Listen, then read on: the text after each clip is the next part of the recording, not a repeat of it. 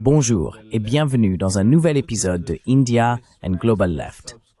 Si vous découvrez l'émission, n'oubliez pas de vous abonner. Pensez également à devenir membre YouTube, à nous soutenir sur Patreon ou à faire un petit don via le lien dans la description. Sans plus attendre, permettez-moi d'accueillir notre invité du jour, le professeur Mohammad Marandi. Le professeur Marandi enseigne à l'Université de Téhéran. Professeur Marandi, bienvenue à nouveau sur India and Global Left. Comment allez-vous?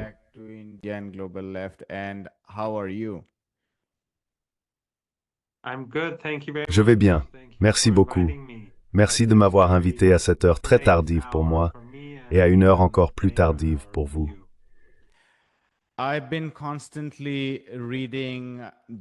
J'ai lu constamment des informations sur l'attaque iranienne contre la base d'Al-Udeid au Qatar. Il s'agit de la plus grande base américaine en Asie de l'Ouest.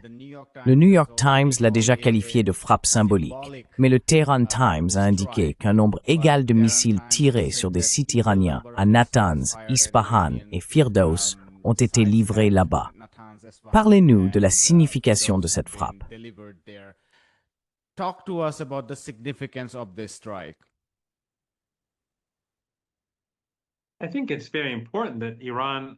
Je pense qu'il est très important que l'Iran frappe simultanément les États-Unis et le régime israélien. Je crois que cela montre la puissance de la République islamique d'Iran, ainsi que la confiance, l'assurance dont font preuve les dirigeants et responsables militaires iraniens. Personne n'oserait attaquer une base américaine. Je me souviens qu'il y a quelques années, lorsque la Turquie, sous Erdogan, a arrêté un pasteur accusé d'avoir participé ou d'avoir joué un rôle dans le coup d'État, Trump a menacé de sanctionner la Turquie et l'a brièvement sanctionné, et Erdogan a immédiatement remis le pasteur. Il y a de nombreux exemples de ce genre dans cette région.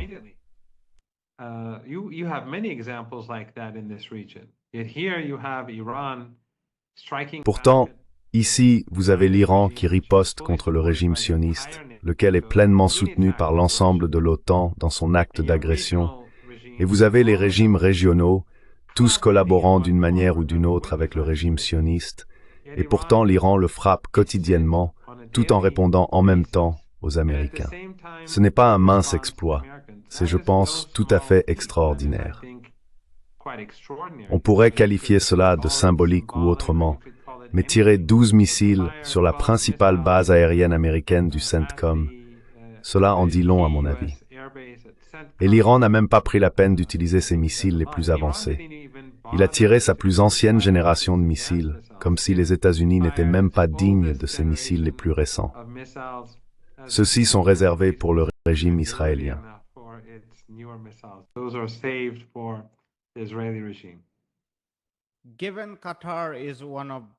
Étant donné que le Qatar est l'un des États arabes considérés comme relativement plus amicaux envers l'Iran, du moins c'est ainsi qu'on le décrit souvent, je ne suis pas certain que vous partagiez cette lecture.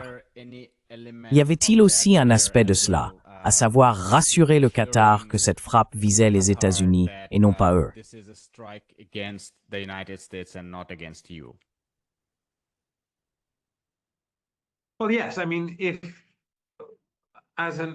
Eh bien, oui. En tant que citoyen iranien, je ne considère pas le régime qatari comme un ami des Palestiniens, de l'Iran ou de la région. Ils sont essentiellement dans le camp des États-Unis. Al Jazeera, si elle se montre solidaire du peuple palestinien à Gaza, c'est parce que les Américains leur permettent de jouer ce rôle. Sinon, si les Américains demandaient au Qatar de la fermer, ils la fermeraient. Il n'y a aucun doute là-dessus. Le Qatar, bien sûr, a joué un rôle clé dans la création de Daesh et d'Al-Qaïda en Syrie, et ils ont détruit la Syrie avec l'aide d'autres acteurs. La Turquie a joué un rôle clé, puis la Jordanie, et d'autres, les Israéliens, les Américains, les Européens, ils ont tous joué un rôle dans la destruction de la Syrie et de la Libye, bien sûr. Le Qatar a eu un rôle central dans la destruction de la Libye, et bien sûr dans l'assassinat du dirigeant, M. Kadhafi, qui a été sodomisé à mort.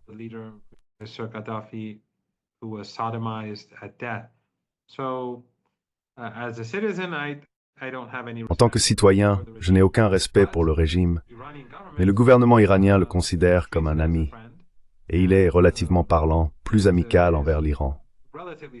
L'Iran a sauvé le Qatar lorsque les Saoudiens et les Émiratis ont tenté de renverser le gouvernement, lorsqu'ils ont imposé le blocus.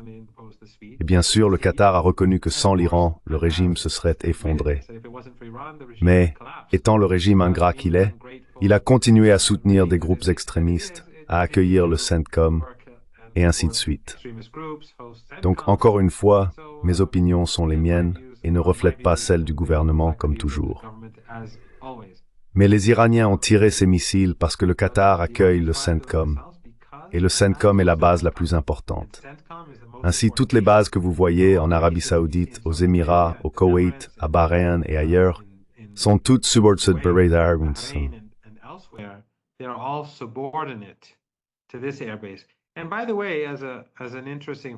Et d'ailleurs, à titre d'anecdote intéressante, le Qatar paye toutes les dépenses de cette base aérienne. En d'autres termes, ils prennent en charge toutes les dépenses américaines. Ils ne se contentent pas de fournir la base, ils ne se contentent pas de donner le terrain, ils payent toutes les dépenses, ce que je trouve assez extraordinaire. Ainsi, pendant que les États-Unis et Israël détruisent le peuple palestinien, le Qatar finance la présence américaine. Et cette base a été utilisée pour aider à bombarder le Yémen lors de la guerre de Trump contre le Yémen il y a quelque temps. Donc la véritable raison pour laquelle l'Iran a frappé, c'est à cause de cette base elle-même, car elle était plus importante que celle de Bahreïn, des Émirats, du Koweït ou d'ailleurs.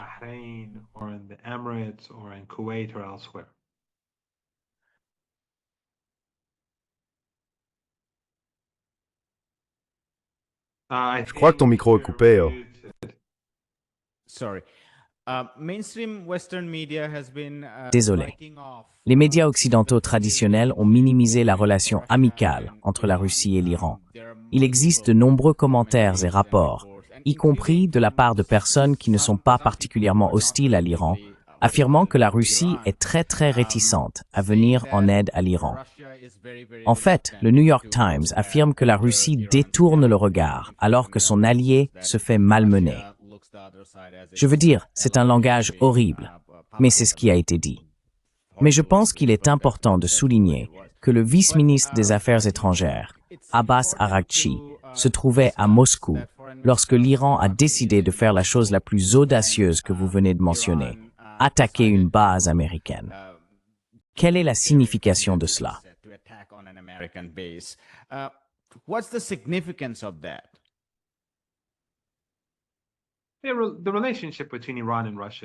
La relation entre l'Iran et la Russie est plutôt bonne, et les deux pays coopèrent à tous les niveaux. Je pense que les gouvernements occidentaux et les médias occidentaux essayent de façonner un récit, et c'est en grande partie un vœu pieux, ou c'est complètement un vœu pieux. Dans l'échange entre l'Iran et le régime israélien, c'est le régime israélien qui est malmené, pas l'Iran.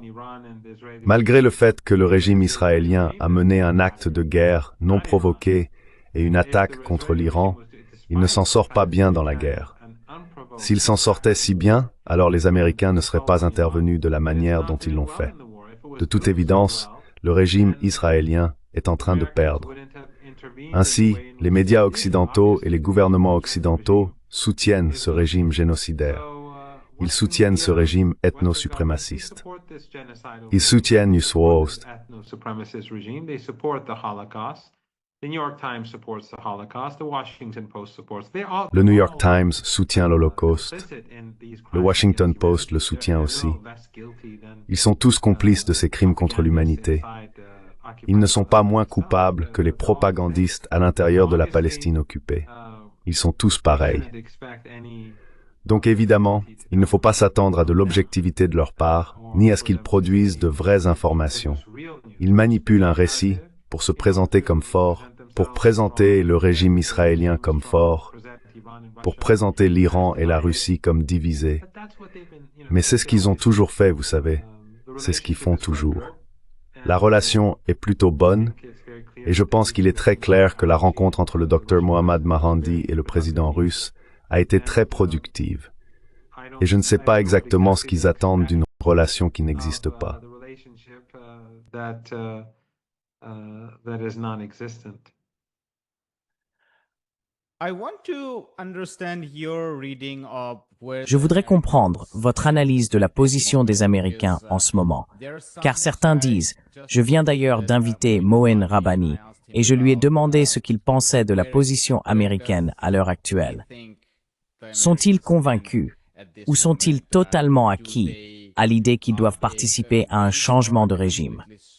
Ou bien s'agissait-il d'une adhésion limitée, où l'idée était que si vous bombardiez ces 3 sites, cela exercerait suffisamment de pression sur l'Iran pour qu'ils viennent à la table des négociations, où vous pourriez les intimider. Et cela apporterait la paix. Bien sûr, cela n'arrivera pas, mais il n'est peut-être pas évident que les Américains veuillent aller plus loin. Voilà donc un ensemble d'arguments.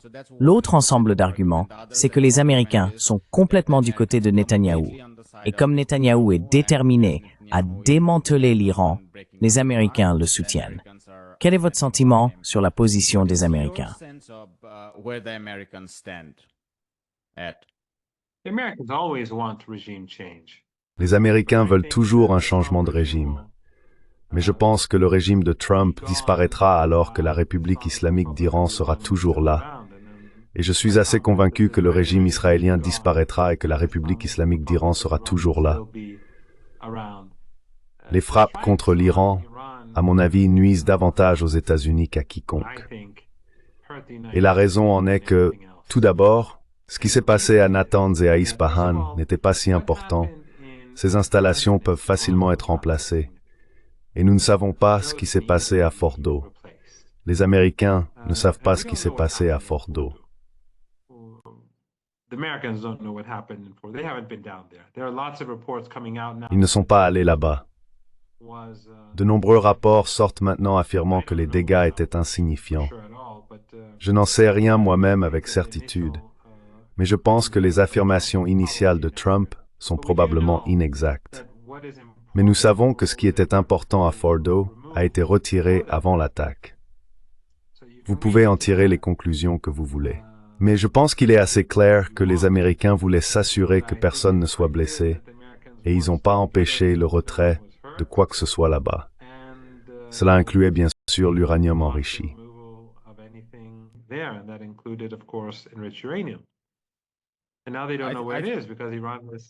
Et maintenant, ils ne savent pas où ils se trouvent, parce que l'Iran était... Je crois que le New York Times a publié ces images montrant une longue file de camions à Fordo avant que les Américains ne lancent cette opération, ce qui indique clairement que les matériaux ont été déplacés à l'avance.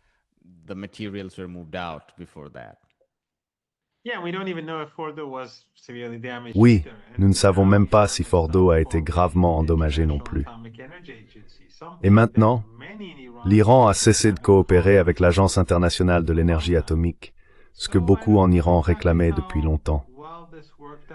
Donc je ne sais pas exactement dans quelle mesure cela a été bénéfique pour les États-Unis, mais le plus important, c'est ce que les États-Unis ont fait au peuple iranien. Les États-Unis, d'abord en essayant de tromper l'Iran à la table des négociations et en n'étant pas sérieux, puis en complotant contre l'Iran avec le régime israélien, ont détruit la vision du monde d'une certaine classe de personnes en Iran.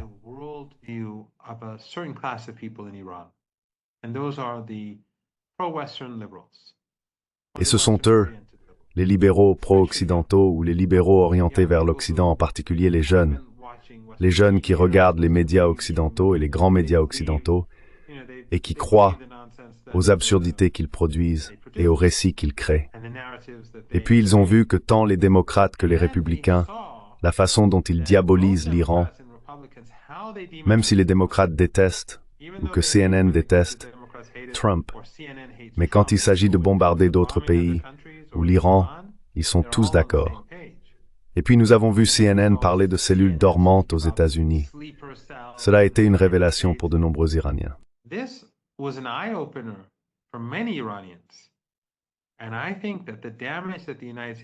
Et je pense que les dégâts que les États-Unis se sont infligés à eux-mêmes à la suite de cela ne peuvent pas être calculés. Et bien sûr, le régime israélien, depuis plus de 21 mois, le génocide, l'Holocauste. Et ensuite, ils mènent cette attaque non provoquée et tout l'Occident le soutient. Ils attaquent l'Iran et l'Occident dit qu'Israël a le droit de se défendre. Cela, à mon avis, a eu un impact énorme sur la société iranienne, en particulier sur cette catégorie de personnes que je viens de mentionner, les jeunes Iraniens tournés vers l'Occident, qui n'ont pas connu la révolution, n'ont pas connu la guerre, et à qui on a servi pendant des années beaucoup de propagande anti-iranienne. Ils en sont vraiment venus à la conclusion que l'Iran est en faute.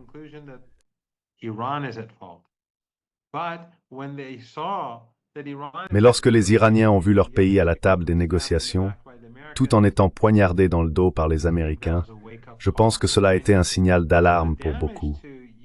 Ainsi, les dégâts causés à l'image des États-Unis, tant en Iran qu'à travers le monde, me semblent extraordinaires.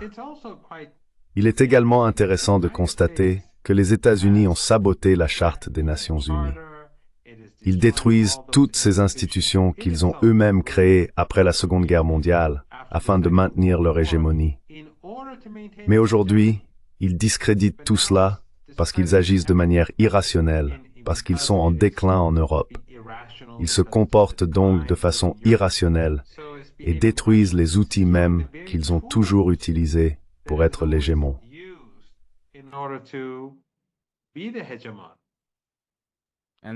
Et cela inclut non les plateformes politiques, mais aussi les plateformes économiques et autres. Je pense à l'OMC.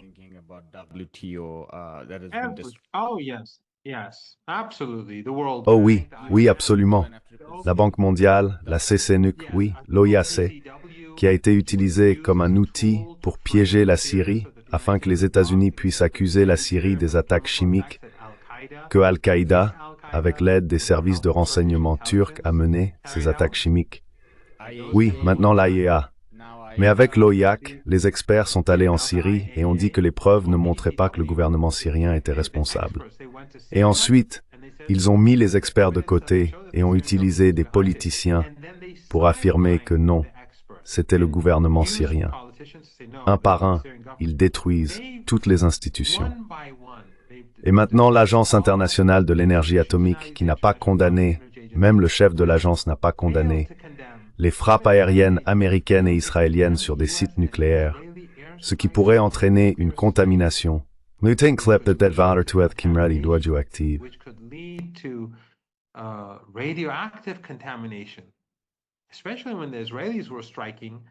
Surtout, lorsque les Israéliens frappaient, ils essayaient de provoquer cette contamination. Les Américains, bien sûr, comme je l'ai dit, semblent conclure une sorte d'accord. Ils ont laissé les Iraniens tout emporter, puis ils ont frappé, et il n'est pas clair exactement ce qui s'est passé. Mais c'est un autre sujet. Ils ont échoué à le condamner. Ainsi, les États-Unis ont détruit l'ONU, la Charte des Nations Unies et toutes ces institutions. Et ce ne sont pas des institutions dominées par l'Occident. Nous ne les contrôlons pas. Le Sud global ne les contrôle pas.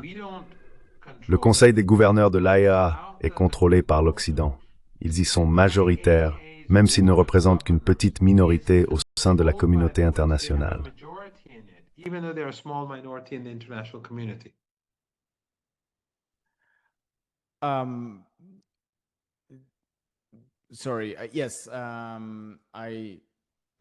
Désolé. Oui, j'ai juste un trou de mémoire sur la question. J'ai quelque chose en tête. Tu es fatigué. Un peu, mais une question, en fait j'en avais deux, mais une question que j'ai concerne le récit occidental. Et je pose aussi cette question parce que tu as tweeté quelque chose à propos de Democracy Now! Que je n'ai pas suivi de très près, mais j'ai regardé ton interview sur Democracy Now! Et quand tu as été invité, nous étions très contents qu'il t'ait invité, mais il semble que tu ne l'étais pas vraiment. Alors raconte-nous ce qui s'est passé là-bas. Mais oui, je voulais mettre ça sur la table. Le New York Times a complètement perdu la tête, comme pendant la guerre en Irak. Il publie des soi-disant violations des droits humains, des rapports sur les prisons, comme s'il n'y avait pas de prison ailleurs dans le monde. Comme s'il n'y avait pas de prison aux États-Unis, qui détient le plus grand pourcentage de personnes incarcérées.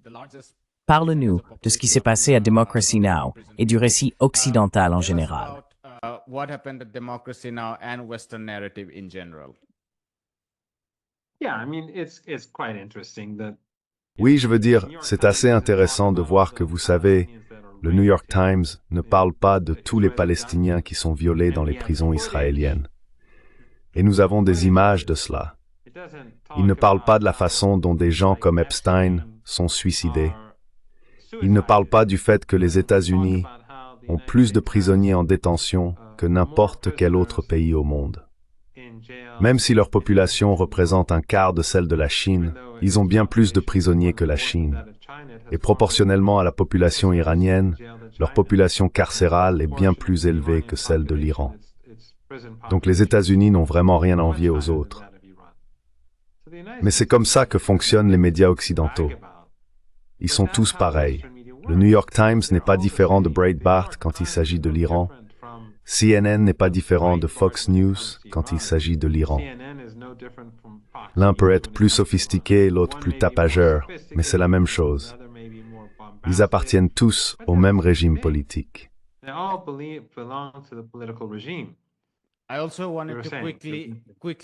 Je voulais aussi ajouter rapidement que j'ai lu le livre de Stephen Kinzer sur le coup d'État, et il est très intéressant de constater que les coups d'État d'après la Seconde Guerre mondiale ont commencé avec l'Iran.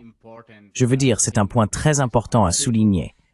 Et c'est le New York Times qui a commencé à qualifier Mohammad Mossadegh de Hitler, de Staline, de dictateur.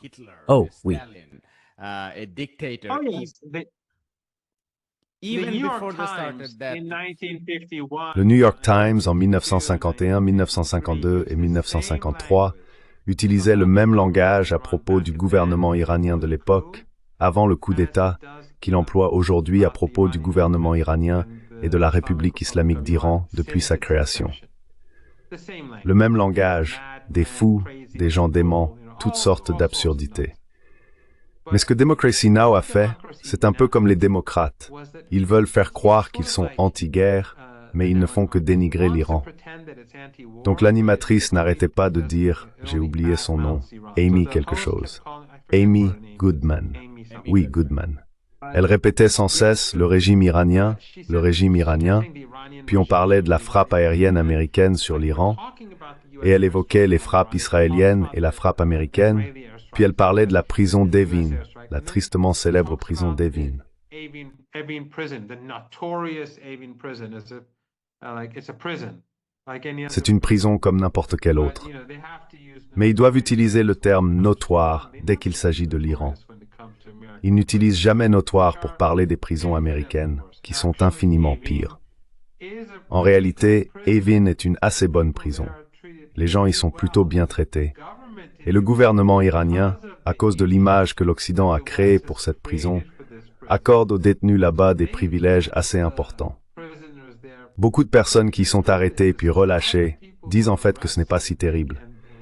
Maintenant, ils peuvent dire ce qu'ils veulent. Je m'en fiche.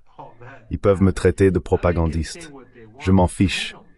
Ça m'est égal, parce que rien de ce qu'ils disent n'a d'importance pour moi, car il est évident qui ils sont.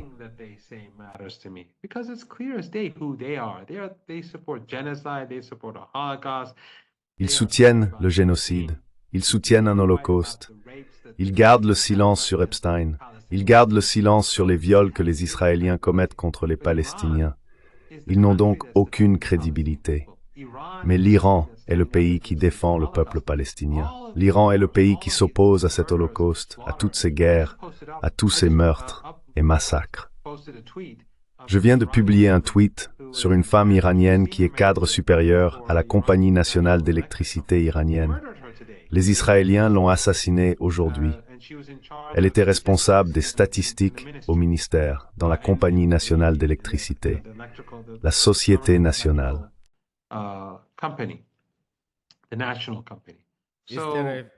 Y a-t-il un soulèvement féministe aux États-Unis à ce sujet?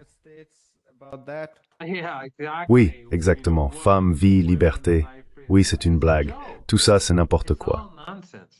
Ils ne se soucient pas de l'Iran. Il y avait un point très important, à la fois en Afghanistan et en Libye.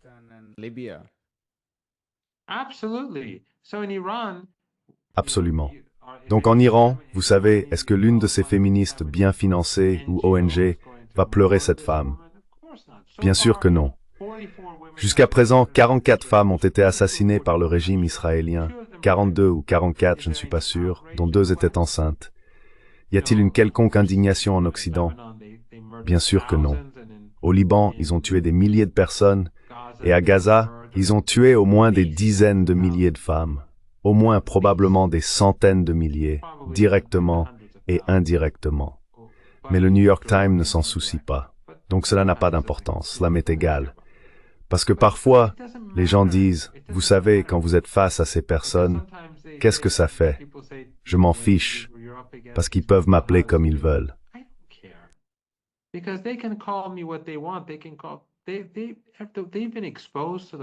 Ils ont été exposés au monde entier. Après Gaza, tout le monde sait ce qu'est le New York Times. Ce n'est pas mieux que les journaux d'Hitler pendant la Seconde Guerre mondiale. C'est la même chose. Donc, en gros, ce que fait le New York Times, ce que fait CNN, et tout l'appareil médiatique dominant en Occident, les médias libéraux, conservateurs, et même dans des endroits comme Democracy Now!, c'est qu'ils s'occupent à diaboliser l'Iran. Ou Piers Morgan.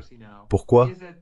Parce qu'en diabolisant l'Iran, on justifie la mort et la destruction, on justifie la guerre, on essaie de créer un environnement où l'Occident peut s'en tirer avec la guerre, et les gens disent, eh bien, oui, l'Iran le mérite.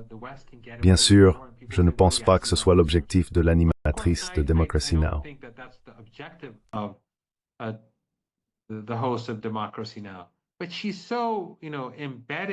Mais elle est tellement ancrée dans ce récit qu'elle ne remarque pas, elle ne semble pas comprendre, qu'en réalité ce qu'elle fait, c'est plaider en faveur de la guerre. Et elle a invité cette soi-disant irano-américaine qui n'a cessé de dénigrer l'Iran. Cela m'a rappelé un épisode à Beyrouth, lorsque le régime israélien a mené des attaques contre la ville. Al Jazeera English avait envoyé leurs journalistes à Beyrouth, et alors que les Israéliens détruisaient des immeubles résidentiels et massacraient des gens, elle était à l'antenne en train de critiquer l'Iran, disant à quel point l'Iran viole les droits humains et les droits des femmes, et à quel point l'Iran est terrible. J'étais censé passer à l'antenne après elle, et elle ressemble à la journaliste d'Al Jazeera.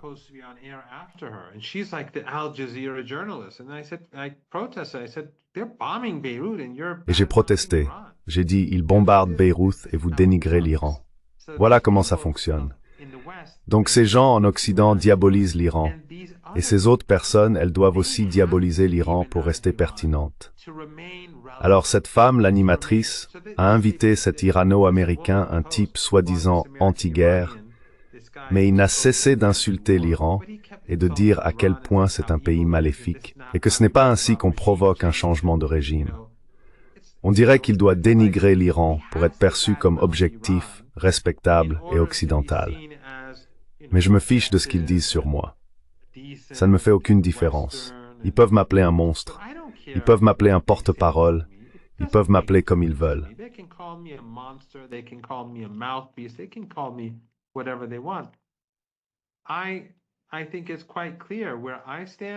Je pense qu'il est assez clair où je me situe et où il se situe, où vous vous situez et où il se situe.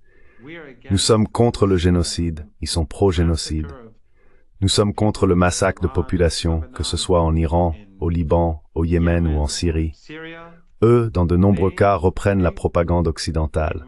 Je n'ai jamais suivi Democracy Now!, mais je sais que sur la Syrie, ils ont essentiellement répété la propagande occidentale. Ils sont donc complices de la destruction de la Syrie. Ils sont complices de la montée de l'État islamique et d'Al-Qaïda. Ils sont complices de la tromperie de leur public, même s'ils pensent être critiques envers l'establishment. Dans le cas de l'Iran, c'est la même chose. Ils estiment qu'ils doivent attaquer l'Iran et dire à quel point ce pays est maléfique pour être pris au sérieux aux États-Unis.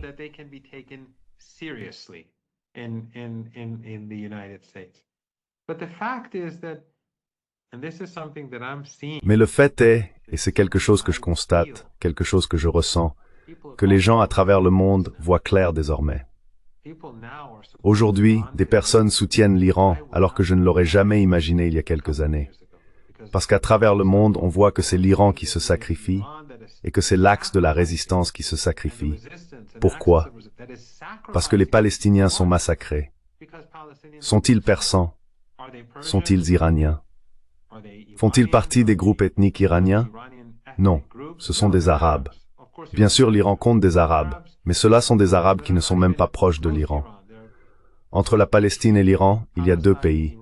C'est loin. Nous n'avons pas de frontière avec la Palestine. Ce sont des Arabes sunnites, et depuis des décennies, on essaie de créer une division entre nous.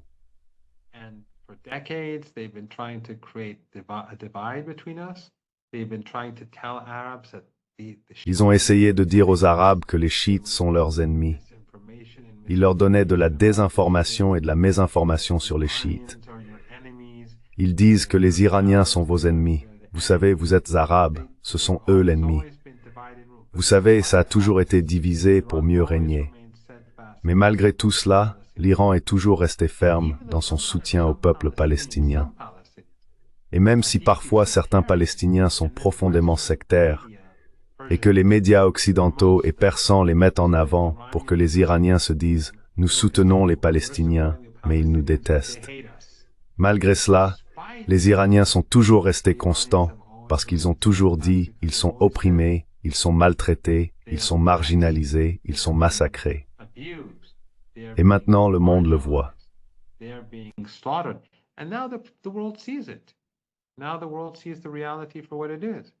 Aujourd'hui, le monde voit la réalité telle qu'elle est. L'Iran est le pays qui se tient aux côtés de ces personnes opprimées, alors que tout le monde reste silencieux ou complice. Et donc, cela ne fonctionne plus. Le récit occidental, personne ne le prend vraiment au sérieux. Ceux qui le prennent au sérieux sont des sionistes chrétiens ou des personnes fortement soumises à la propagande, profondément sectaires, comme ces religieux financés par le Qatar, le gouvernement turc ou le gouvernement saoudien. Autrefois, c'était l'Arabie saoudite qui agissait ainsi, mais elle s'est en quelque sorte retirée et s'est éloignée du wahhabisme et du salafisme. Désormais, ce sont la Turquie, le gouvernement turc et le Qatar qui sont derrière ce genre de choses. Et c'est très triste car la Turquie est une société formidable. Elle est très similaire à l'Iran. Vous savez, la tradition soufie est très proche. Même le gouvernement est le précurseur dans le monde islamique.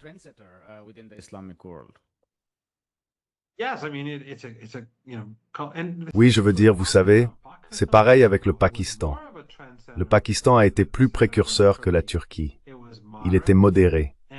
En fait, si vous avez vu l'interview sur Sky News entre le ministre de la Défense pakistanais et le journaliste, il disait pendant 30 ans, nous avons fait votre sale boulot. Je ne me souviens plus de la formulation exacte, mais l'Occident, à travers l'argent saoudien et ainsi de suite, a poussé le Pakistan et l'Afghanistan à s'éloigner de leur islam traditionnel et modéré pour aller vers l'extrémisme et le salafisme. C'est l'Occident qui a fait ça. De la même manière qu'ils promeuvent le sionisme, de la même manière qu'ils promeuvent les néo-nazis en Europe, ils encouragent les extrémistes dans notre région du monde.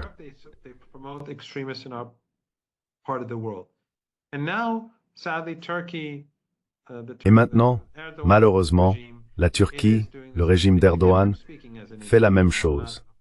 Encore une fois, je parle en tant qu'individu. Je ne fais pas partie du gouvernement iranien. Le gouvernement iranien ne dirait jamais quelque chose de similaire à ce que je dis. Mais ce sont mes opinions. Si j'étais ministre des Affaires étrangères, évidemment je ne m'exprimerais pas du tout de cette manière. Mais ce sont mes opinions. Les gens à travers le monde voient que l'Iran, le Hezbollah, Ansar Allah, ces forces qui ont soutenu le peuple palestinien et fait ces sacrifices, sont du bon côté de l'histoire. Ils sont du côté de la vérité. Et l'Occident, eux, sont du côté du génocide.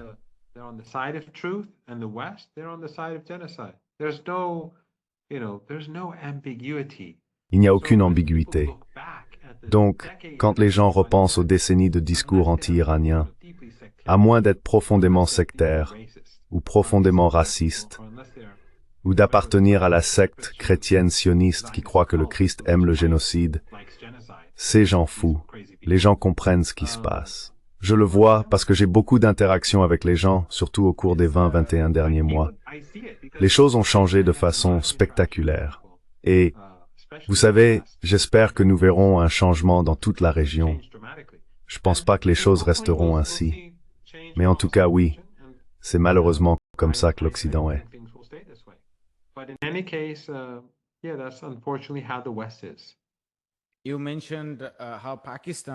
Vous avez mentionné comment le Pakistan est devenu victime de ce radicalisme dans les années 1980, à la fin des années 1970, après le renversement de Zulfikar Ali Bhutto et l'arrivée de Zia-ul-Haq. Mais l'objectif principal était l'Afghanistan. Et la tragédie, c'est que l'Afghanistan n'était pas un paradis, mais culturellement, c'était un pays très ouvert. Il y avait des femmes dans les universités en Afghanistan ou des personnes comme Gulbuddin Hekmatyar et d'autres, financées par la CIA et l'argent saoudien, ont commencé à jeter de l'acide et ont tout fait pour chasser les femmes des universités, des hôpitaux, de tous les lieux publics. Tout cela visait à attiser ce mouvement djihadiste.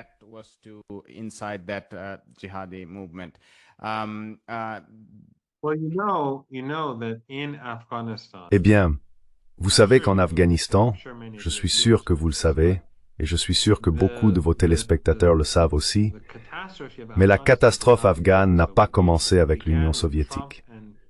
Elle a commencé avec Carter et Brzezinski, qui ont élaboré un plan pour encourager l'Union soviétique à envahir. Ils ont donc commencé à soutenir ces soi-disant moudjahidines, et ils voulaient créer le Vietnam de l'Union soviétique. Et l'Union soviétique est tombée dans le piège. Mais ce qui est intéressant, c'est que les premiers livres Takfiris n'ont pas été publiés par l'Arabie saoudite. À l'époque, les Saoudiens n'avaient pas cette capacité. Ils ont été publiés par les États-Unis, aux États-Unis, par l'Université du Nebraska à Omaha. Et les gens peuvent vérifier cela. Ils peuvent utiliser DeepSeek dès maintenant.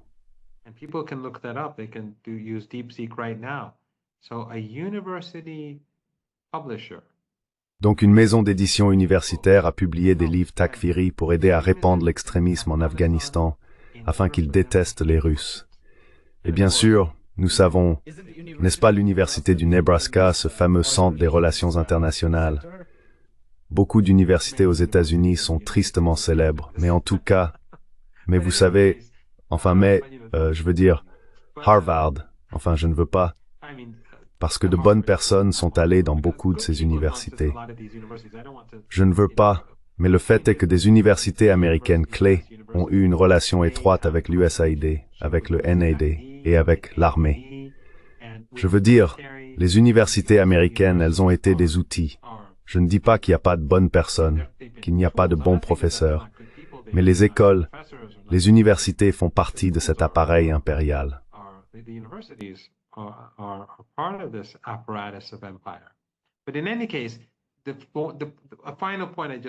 Mais en tout cas, un dernier point que je voudrais aborder avant que vous ne posiez une autre question, c'est que lorsque la Turquie et le Qatar, surtout ces deux-là, ont commencé à collaborer avec les Américains pour soutenir les extrémistes en Syrie et appuyer ces groupes Takfiri, j'ai été invité en Turquie parce que j'ai beaucoup d'amis là-bas, y compris au sein du parti au pouvoir, ainsi que dans d'autres partis.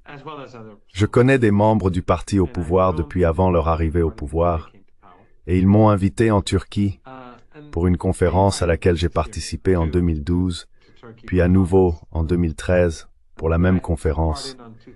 Et j'ai dit à chaque fois que ce qui se passait en Syrie, une sale guerre, n'était pas dans l'intérêt de la Turquie. Et je leur ai donné l'exemple du Pakistan.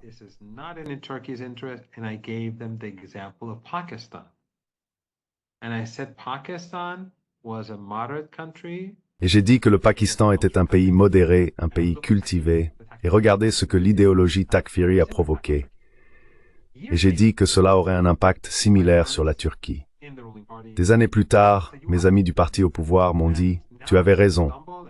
Et maintenant à Istanbul et dans d'autres villes, on voit ces endroits où les salafistes et les groupes extrémistes salafistes Takfiri posent de gros problèmes.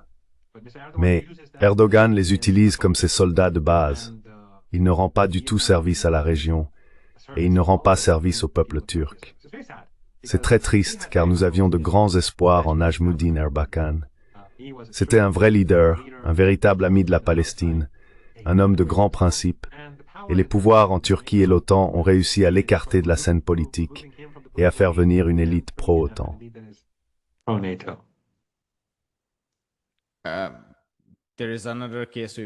Il y a un autre cas que nous avons omis, mais ce sera pour un autre jour. Il s'agit de l'Inde.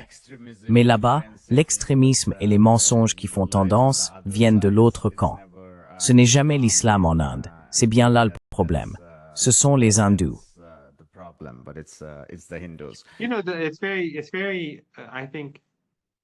Vous savez, je pense qu'en Inde, il y avait autrefois une grande tradition de soutien à cela, d'aide à la création du mouvement des non-alignés. Et aujourd'hui, ce sont les élites, elles ne reconnaissent pas qu'à une époque, l'Inde possédait un immense soft power, malgré sa pauvreté d'alors. Et tout cela a été sacrifié pour rien, en réalité.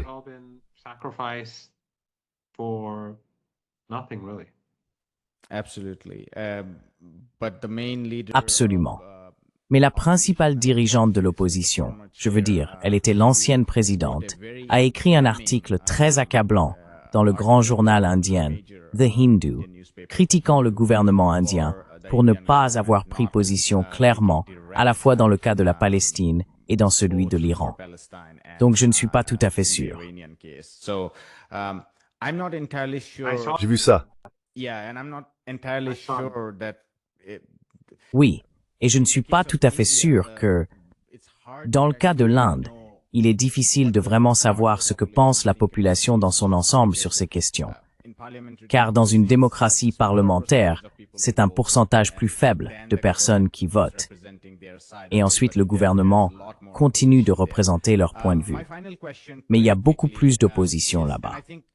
Ma dernière question, très rapidement, est, et je pense que cela rejoint ce que vous avez dit, parce que cette machine de propagande en Occident, il est absolument important de le souligner. J'ai remarqué pas mal d'analystes américains, disons du bon côté de l'histoire, c'est-à-dire qu'ils soutiennent la Palestine, ils s'opposent à la guerre imposée à l'Iran.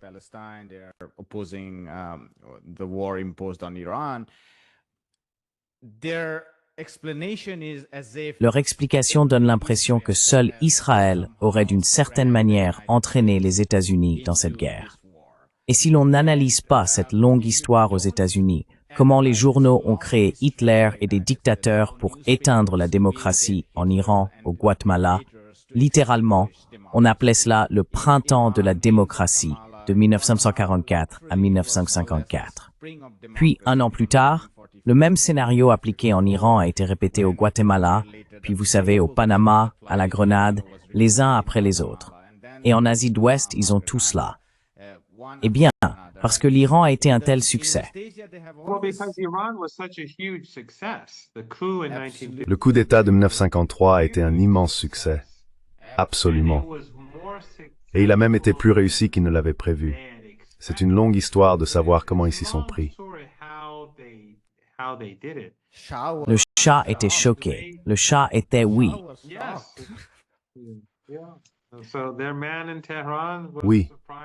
Leur homme à Téhéran a donc été surpris par la facilité avec laquelle cela s'est produit. Mais cela montre simplement comment, par la division et la domination, et par la fabrication de troubles, c'est un monstre. Oui, exactement. Et les sanctions et la création, ils imposent des sanctions, ils essayent de provoquer des souffrances parmi les Iraniens ordinaires, puis divisent pour mieux régner et fabriquent des émeutes. Ce n'est pas nouveau. Ce que font les États-Unis, ces révolutions de couleurs que nous avons vues ces dernières années. Donc, après 1953 en Iran, ils ont utilisé ce modèle avec beaucoup de succès pendant assez longtemps.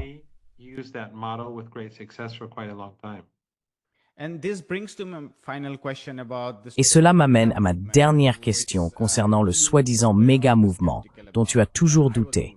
Et j'ai toujours été sceptique quant à sa capacité à demander des comptes à leur gouvernement en matière de militarisme et de guerre. Et ils ont complètement reculé. Des gens comme Steve Bannon, voire même Tucker Carlson. Tulsi Gabbard est probablement le cas le plus malheureux.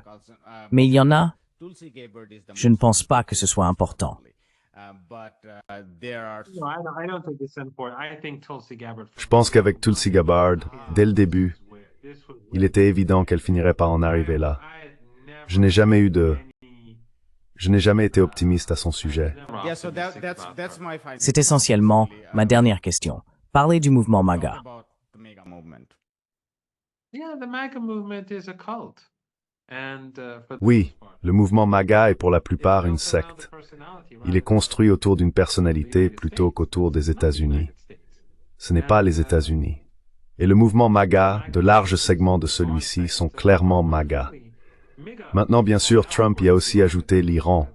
Mais c'est rendre Israël grand à nouveau. Ce n'est pas l'Amérique d'abord. Qu'avons-nous vu depuis que Trump est arrivé au pouvoir?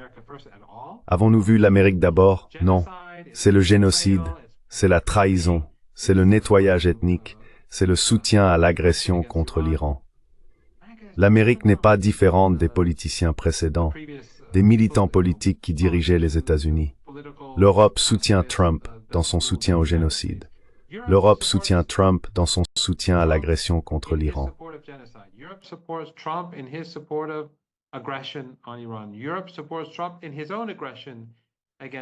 L'Europe soutient Trump dans sa propre agression contre l'Iran.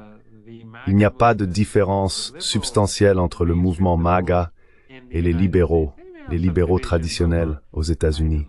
Ils peuvent avoir quelques divergences sur, je ne sais pas, le nombre de genres qu'ils reconnaissent ou, je ne sais pas, l'avortement, mais lorsqu'il s'agit d'écraser l'opposition aux États-Unis, je veux dire, les libéraux peuvent soutenir l'existence de 101 genres différents aux États-Unis. Mais si quelqu'un s'oppose aux États-Unis, il doit être écrasé comme une fourmi. Et c'est la même chose avec le mouvement MAGA. Pour le Sud global, il n'y a aucune différence. Et je pense que quiconque a pris le mouvement MAGA au sérieux a fait preuve d'une naïveté extraordinaire.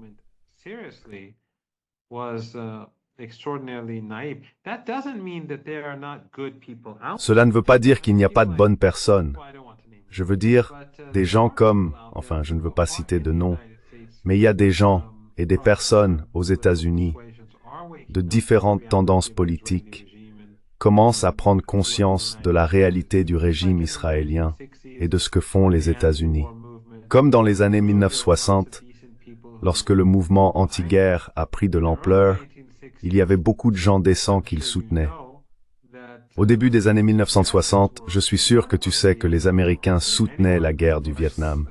Et puis, toute personne, bien sûr, comme le cas célèbre de Muhammad Ali, lorsqu'il a refusé de s'engager, était considéré comme une ordure, un traître, maléfique et horrible. Ce n'était pas comme plus tard, quand il est devenu une figure que la plupart des gens aimaient ou appréciaient.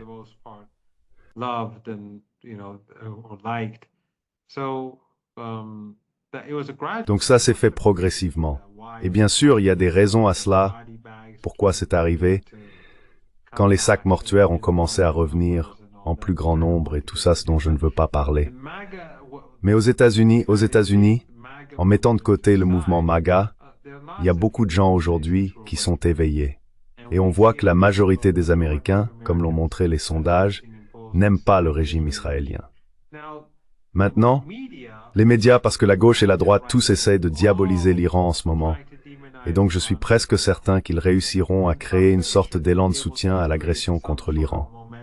Le New York Times, Breitbart, Fox News, CNN, MSNBC, ils sont tous pareils. Fox News, CNN, MSNBC, they're all the same. And even Democracy Now! In its own. Et même Democracy Now!, dans sa propre, vous savez, bêtise, renforce ces récits, peut-être involontairement, ou à cause de leur propre, vous savez, comportement lâche. Mais cette dynamique, je ne pense pas qu'elle va durer, car les États-Unis ne vont pas réussir en Iran. Et je pense qu'avec le temps, les États-Unis paieront le prix de leur comportement hostile envers l'Iran. Les États-Unis ne sont plus ceux des années 1990, et l'Iran n'est plus l'Iran de l'époque de leurs clients, le règne du Shah en Iran. Vous avez donc vu que les Iraniens ont déjà fait monter le prix du pétrole au cours des dernières semaines, et ils savent comment nuire aux Américains à leur manière subtile.